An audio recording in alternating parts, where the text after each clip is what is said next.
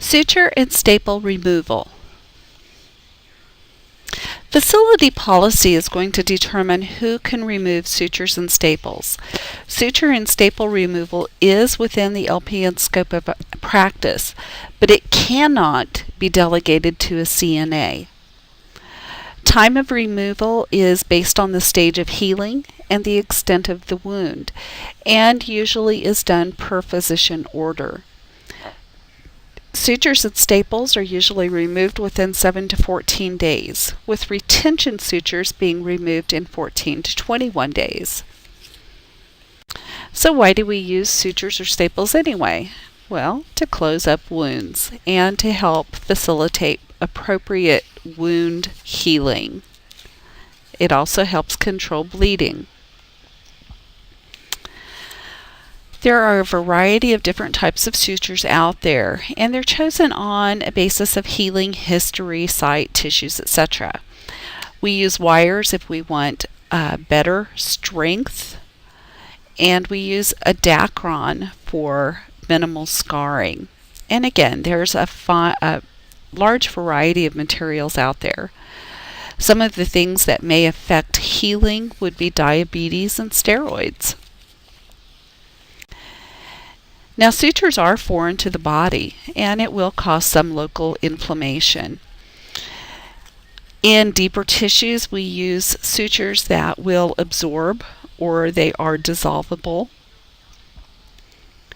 For superficial final closure, it can be a variety of suture styles, and I will be showing you some pictures of different styles. Staples, we have to realize that cosmetic appearance of a staple line may not be as desirable as it is if you use a finer suture. Staple use is restricted to the location of an incision or a wound. Now, these are some different types of sutures. The intermittent in A is an individual suture. Each one is tied and knotted and is cut separately. A continuous is one long suture that goes from one end to the other. And subcuticular is starting at one end of the incision and going to another end, but it's all done beneath the surface of the skin, and if you look at the picture in C, it's a loose suturing, and then it's tightened at the end to close the wound. These are blanket sutures. If you look at the type of stitch, it's one long continuous stitch, but the blanket gives it a little bit of stability and prevents pulling and helps reduce a little bit of the scarring.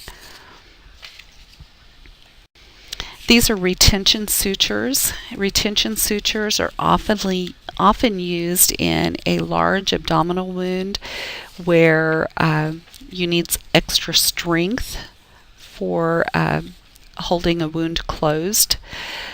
A lot of times with retention sutures, you may see the wound sutured underneath it.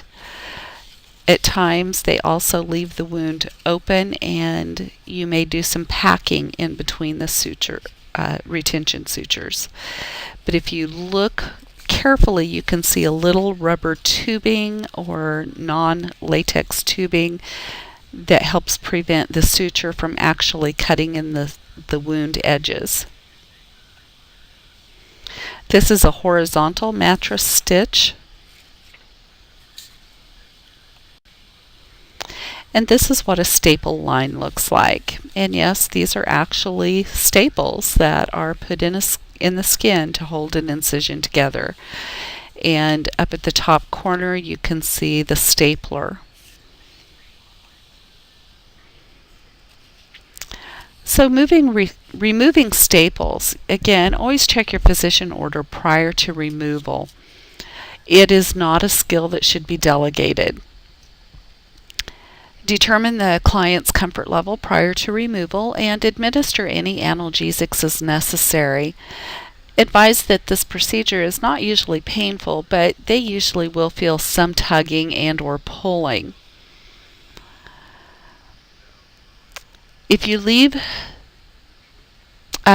staples and sutures should remain in place long enough to make sure that the initial wound closure is secure enough to be able to support the internal tissues and organs. Leaving sutures or staples in too long can increase the risk of infection at suture sites. And leaving them in after 14 days can actually increase scars.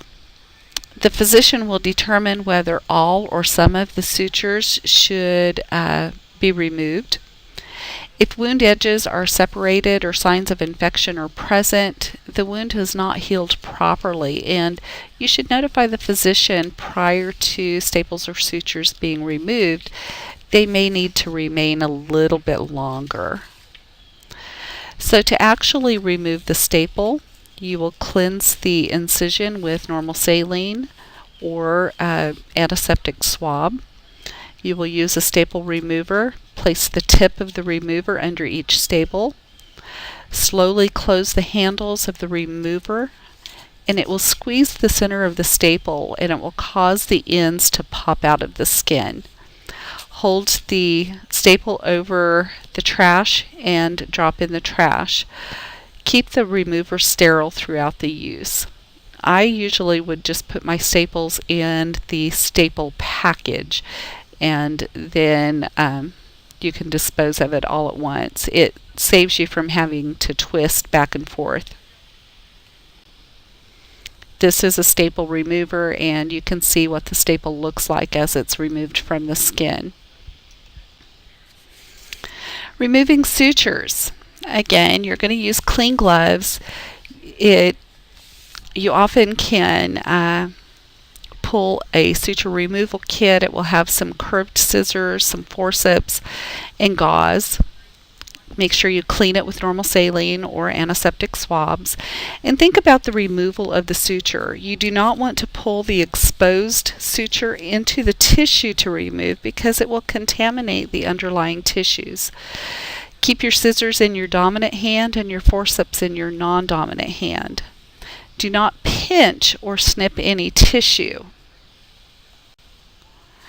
And this is a picture of how to remove a suture. So you grab a hold of the suture, you gently lift it up, cut it close to the knot or close to the skin, and then you pull it gently out of the skin. Sometimes sutures can be covered with some dried drainage or scabs, and you have to gently remove these prior to being able to locate the suture. So again, grasp that knot gently, pull it up, slide the scissors under the edge of the suture, snip the suture as close to the skin as possible, and pull it out in one smooth motion. When you remove sutures or staples, we recommend that you start removing every other staple or suture. If you remove all of them in a line, consecutively as you go along, sometimes if the wound is not going to stay closed, it begins to open and you have nothing there to support it. So if you go every other suture or staple with your removal, then you can assess the incision in between each removal. And I just continue going that way throughout. I'll go every other, all the way the length of the incision. I'll start back at the top, and I'll go every other and all the way through until they're all removed. Not necessarily the only way to do it, but we do recommend removing every other at least the first time through. We usually recommend that you place the sutures on a gauze and you count them, so you make sure that you have not left any sutures, because retained sutures can cause some problems. They can also cause infection. So then you'll need to document the time that you have removed the staples or sutures, any drainage that you see, the cleansing of the wound prior to removal, the level of healing of the wound, the number of staples or sutures removed, how did the patient tolerate it, any wound separation following removal, and any placement of steri strips. And did you apply a dressing after that? If you applied a dressing, again, you need to include what dressing supplies you used. Continuous blanket suture removal. Again, your scissors in your dominant hand, forceps in the non-dominant hand. Everything will follow the same routine. You're going to make sure that you cleanse the wound with normal saline or sterile antiseptic prior to removal. You'll snip the first suture close to the skin surface at the end distal to the knot, and so on. Snip the second suture on the same side, grasp that knotted end to pull out from under the skin. Again, don't pull any exposed suture through the skin, and place the sutures on the gauze. A lot of physicians will prefer steri strips to be placed over incisions after suture or staple removal. You apply steri strips if there's any separation greater than 2 stitches or 2 staples width. You can use tincture of benzoin or mastisol to help improve adhesiveness of the steri strips, but make sure that the skin is clean and dry prior to applying the steri strips. The strips should extend 4 to 5 centimeters on each side of the incision, and use as many as necessary to support that incision. Instruct the client that steri strips will peel off slowly on their own and shouldn't be removed until they are peeling off. The client should not soak in a bathtub. It is okay to take a shower, though, while steri strips are there. So assess the wound. Make sure that everything is looking good, and make sure that you document appropriately. These are what steri strips look like. Looks like there's still some sutures in place on this wound, but steri strips can be used concurrently with staples or sutures or in place of. Complications of suture or staple removal would be separation of the edges. You may have some dehiscence or evisceration, bleeding, or purulent drainage. Make sure you teach the client that no tub baths if they have steri strips in place. Teach them how to clean it with normal saline or soap and water. This will be the incision site following removal, and how to apply dressings if necessary, and how to prevent strain at wound sites, and what is normal and abnormal when they're looking at the wound itself. With kids, when you're taking sutures out, you may require several people to hold. Make sure that you assess appropriately, and it may require some topical anesthetic prior to removal.